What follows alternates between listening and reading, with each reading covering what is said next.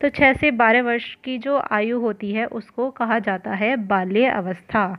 इसके अलावा इसे अन्य अनेक नामों से जाना जाता है, जैसे कि अनोखा काल। बाल्य अवस्था को क्या कहा जाता है? अनोखा काल भी कहा जाता है। और प्राथमिक विद्यालय की आयु, क्योंकि इस समय बालक प्राथमिक विद्यालय में प्रवेश करता है, इसलिए इसे प्राथमिक विद्यालय की आयु कहा जाता है।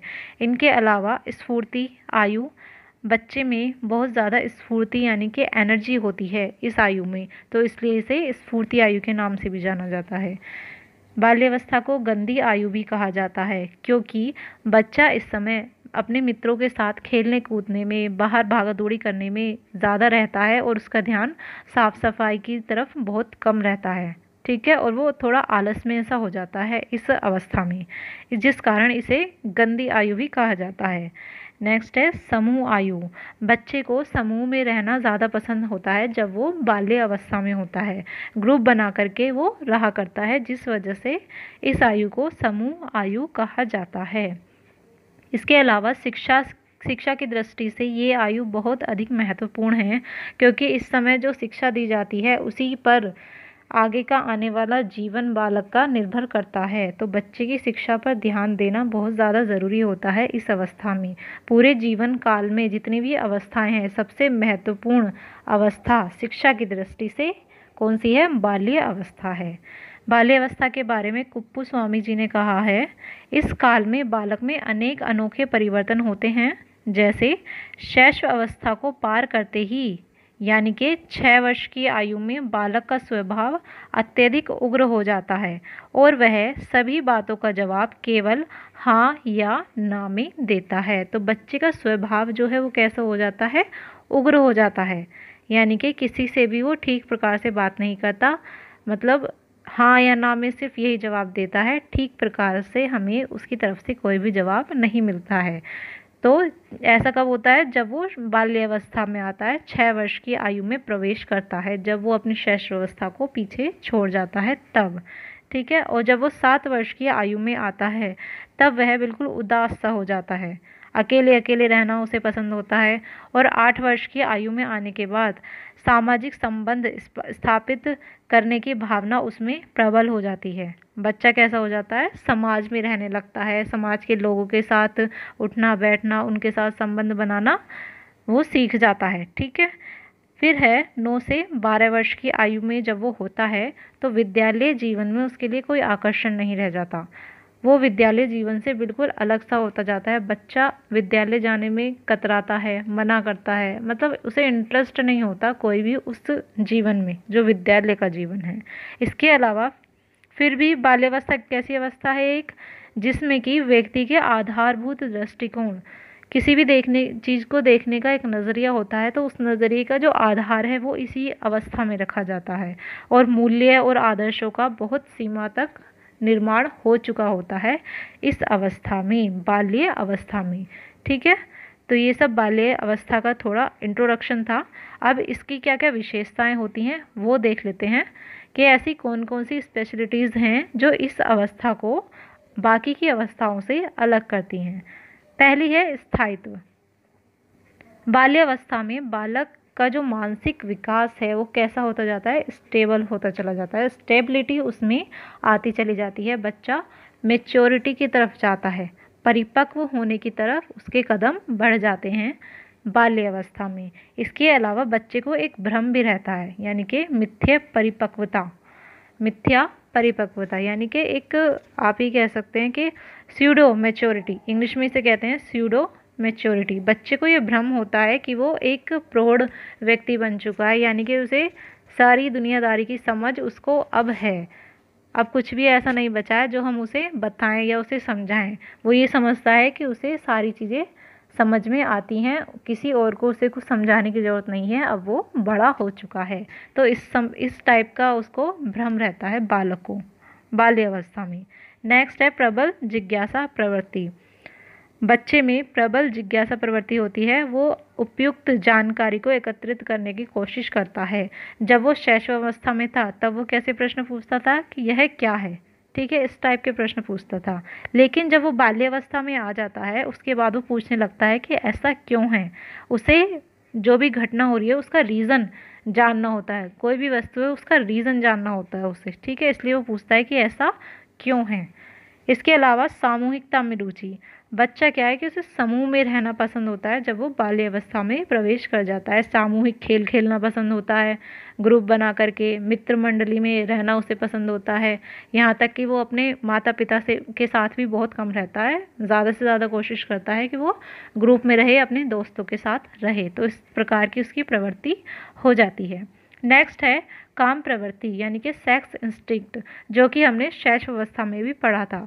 उस समय बच्चों में, शैशव अवस्था में जब बच्चा होता है तो उसमें पितृ विरोधी ग्रंथि और मातृ विरोधी ग्रंथि का विकास हो जाता है। इसके बारे में आप पिछली वीडियो में पढ़ चुके हैं। तो ये जो समस्या उनकी होती है, ये समस्या बाल्यावस्था में आकर समाप्त हो जाती है, ठीक है। जो काम प्रवृत्ति की समस्या होती है वो इस समय सुप्त अवस्था में चली जाती है, ठीक। नेक्स्ट है सामाजिकता का विकास यानी कि सोशल डेवलपमेंट। बच्चों के अंतर्गत बहुत सारे ऐसे गुण विकसित हो जाते हैं जो उसे समाज के साथ समायोजन करने में सहायता करते हैं या समाज के साथ संबंध बनाने में सहायता करते हैं, जैसे कि सहयोग की भावना, सहिष्णुता, सहनशीलता, सद्भावना और बच्चा आज्ञाकारी हो जाता है, दूसरों की, अपने बड़ों की बातों को मानने लगता है, उनकी आज्ञा का पालन करने लगता है। नेक्स्ट है नैतिक विकास यानी कि मोरल डेवलपमेंट। जीवन के क्या क्या मूल्य होते हैं, किस प्रकार से जीवन जिया जाता है, इसके बारे में बच्चों को पता चल जाता है। व्यवहार कैसा किया जाना चाहिए दूसरों के साथ, अपने बड़ों से कैसा व्यवहार करना है, छोटों से किस प्रकार का व्यवहार करना है, और अलग अलग परिस्थितियों में, किन परिस्थितियों में उन्हें कम बोलना चाहिए, किन परिस्थितियों में उन्हें चुप रहना चाहिए। तो ये सारी चीज़ें, व्यवहार के जो नियम होते हैं वो बच्चों को धीरे धीरे पता चलते जाते हैं जब वो बाल्यावस्था में होता है। और आचार विचार, यहाँ तक कि ईमानदारी की भावना भी उसके अंतर्गत आ जाती है। बच्चा हर चीज़ में ईमानदारी दिखाता है, बेईमानी नहीं करता है, ठीक है। नेक्स्ट, अनुभव में वृद्धि। बच्चा जब बाल्यावस्था में होता है तो वो समूह में रहने लगता है, जिस कारण उसे अलग अलग प्रकार के अनुभव होने लगता है। समूह में वो रहता है, अपने दोस्तों में रहता है, पास पड़ोस में रहता है और स्कूल में भी रहता है। जब बच्चा शैशव अवस्था में था तो वो केवल सबसे ज़्यादा समय कहाँ बिता रहा था, अपने परिवार में। स्कूल में बिताता था तो थोड़ा बहुत समय ही बिताता था, लेकिन जब वो बाल्यावस्था में होता है तो आप अपने आस पड़ोस भी समय बिताता है और स्कूल में भी समय बिताता है और अपने परिवार में भी, जिस कारण उसे अनेक प्रकार के अनुभव प्राप्त होते हैं। नेक्स्ट है आत्मनिर्भरता का विकास। जब बच्चा शैशव अवस्था में था तो क्या था, वो दूसरों पर निर्भर था अपने प्रत्येक काम के लिए। ये सब आप पढ़ चुके हैं। और देखिए, इस स्टेज को पढ़ने से पहले आप पहले शैशव अवस्था को पढ़िएगा, तभी आपको ये वाली अवस्था बहुत अच्छी प्रकार से समझ में आएगी। इसलिए इन तीनों को हम स्टेप बाय स्टेप लेकर चल रहे हैं। उसके बाद लास्ट में एक कंपैरिजन चार्ट भी आप लोगों को दे दिया जाएगा, जिससे कि आपको अच्छे से समझ में आ जाए तीनों स्टेजेस का डिफरेंस, ठीक है। तो आत्मनिर्भरता का विकास, इस उम्र में बच्चा अपने दैनिक कार्य स्वयं करने लगता है। यहाँ तक कि कुछ कुछ समस्याओं का समाधान भी वो स्वयं खोजने की कोशिश करता है। प्रत्येक चीज़ के लिए वो दूसरों पर निर्भर नहीं रहता, खुद भी उन कार्यों को करने लगता है। पूर्व अनुभवों का पुनः स्मरण यानी कि रिकॉलिंग प्रीवियस एक्सपीरियंसेस। जब बच्चा 9 से 12 वर्ष के बीच में होता है तब वह अपने पूर्व अनुभवों को याद करने के योग्य हो जाता है। मतलब कि पूर्व अनुभव जो पहले जीवन में उसे अनुभव हुए हैं, अपने बचपन से लेकर के 9 या 12 साल तक उसे जितने भी अनुभव प्राप्त हुए हैं, जो जो उसके साथ इंसिडेंट्स हुए हैं, उनमें से कुछ चीज़ों को वो रिकॉल कर पाता है, उन्हें स्मरण करने के योग्य हो जाता है, ठीक है। भाषा अनुभव द्वारा ज्ञान अर्जन करने में सहायता करती है। बच्चे को इस समय भाषा का ज्ञान हो जाता है, वो भाषा बोलने भी लगता है, जिस कारण वो अपनी बातों को दूसरों तक आसानी से पहुंचा पाता है और दूसरों की बातों को भी आसानी से समझ पाता है, जिस कारण उसको ज्ञान प्राप्त करने में आसानी होती है, ठीक। वास्तविकता पर आधारित कल्पनाएं। इस समय बच्चा वास्तविकता से संबंधित कल्पनाएं करता है, जबकि शैशवावस्था में क्या था, बच्चे की जो कल्पनाएं थी उनका वास्तविकता से कोई भी संबंध नहीं था। लेकिन बाल्यावस्था में बच्चा ऐसी कल्पनाएं करता है जो उसके रियल लाइफ से रिलेटेड होती हैं। इनके अलावा वस्तुओं का संग्रह बच्चा इस अवस्था में करना सीख जाता है, या फिर उसमें वस्तुओं का संग्रह करने की प्रवृत्ति होती है। कुछ बच्चे जैसे कि खिलौने एकत्रित करके रखते हैं, इकट्ठा करके रखते हैं। कुछ बच्चों को गोलियां, अलग अलग टाइप की गोलियां इकट्ठी करना पसंद होता है। किसी बच्चे को कार्ड्स इकट्ठा करना, किसी को मार्बल्स। तो इस टाइप की डिफरेंट डिफरेंट चीज़ें बच्चों को इकट्ठा करके रखना पसंद होता है, या उनकी ये प्रवृत्ति एक बन जाती है इस आयु में। रुचियों में परिवर्तन बच्चों की में बहुत आता है इस समय।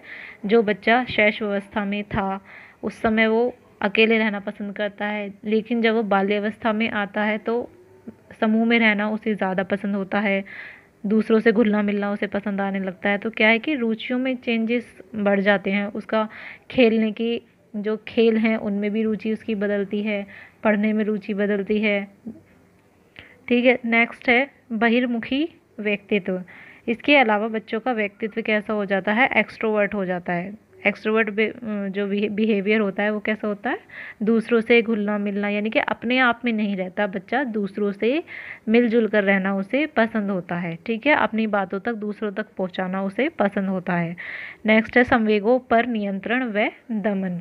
तो इस आयु में बच्चा अपने संवेगों पर कंट्रोल करना सीख जाता है और अपनी भावनाओं का दमन करना भी उसे आ जाता है। मान लीजिए अगर किसी बच्चे को बाज़ार में कोई खिलौना पसंद आता है और पेरेंट्स उससे ये बोल दें कि उनके पास उसे ख़रीदने के लिए पैसे नहीं हैं, तो वो अपनी उस इच्छा पर, अपनी भावना पर कंट्रोल कर पाता है, उसका दमन कर देता है।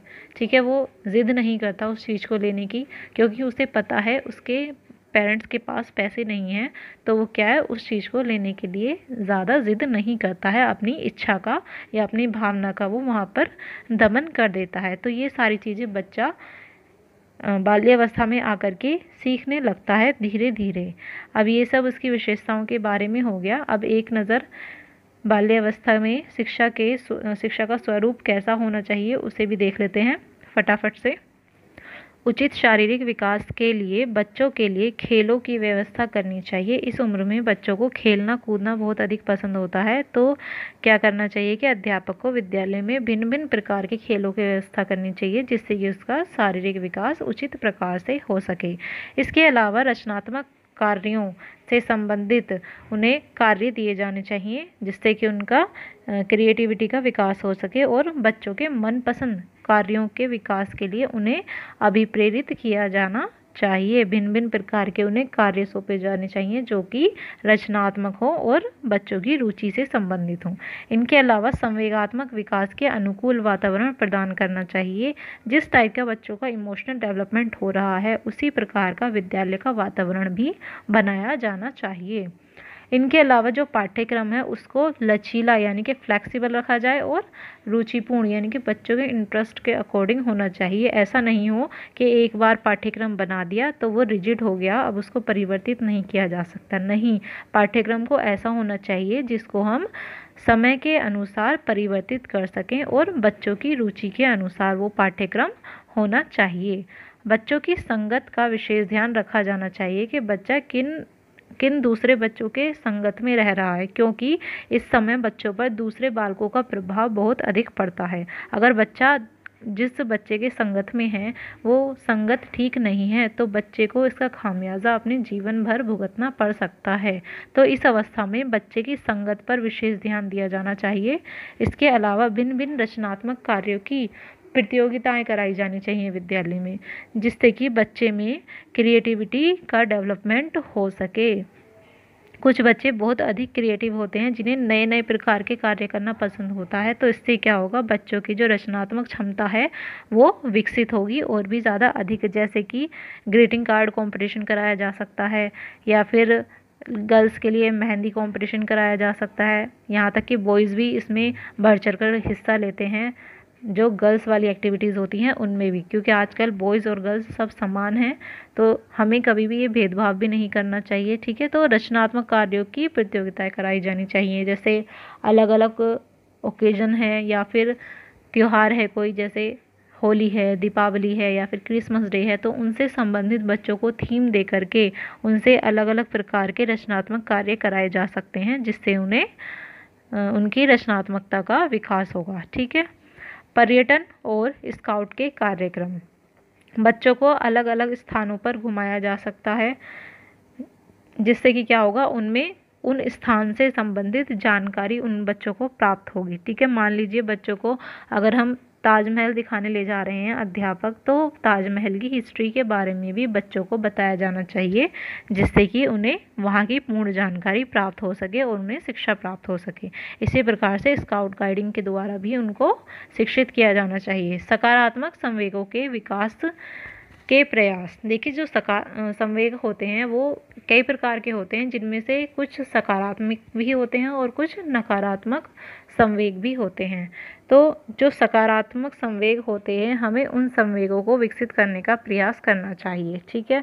लेकिन सकारात्मक संवेगों की अधिकता या फिर तीव्रता भी हानिकारक होती है, तो एक लिमिट में ही उनको विकसित किया जाना चाहिए। यहाँ तक कि जो नकारात्मक संवेग हैं, जैसे मान लीजिए भय, डर जो है वो एक नकारात्मक संवेग है। ठीक है। लेकिन इस बच्चों में थोड़ा बहुत डर होना ज़रूरी है, यानी कि नकारात्मक संवेग जो है वो थोड़ा बहुत बच्चों में होना ज़रूरी है, लेकिन अगर जिससे कि वो अनुशासन में बने रहें। अगर यही डर उनमें बहुत अधिक हो जाएगा तो बच्चा कैसा हो जाएगा, डरपोक टाइप का हो जाएगा। तो इसलिए जो ये नकारात्मक संवेग है वो बहुत अधिक नहीं होना चाहिए, थोड़ा बहुत होना चाहिए।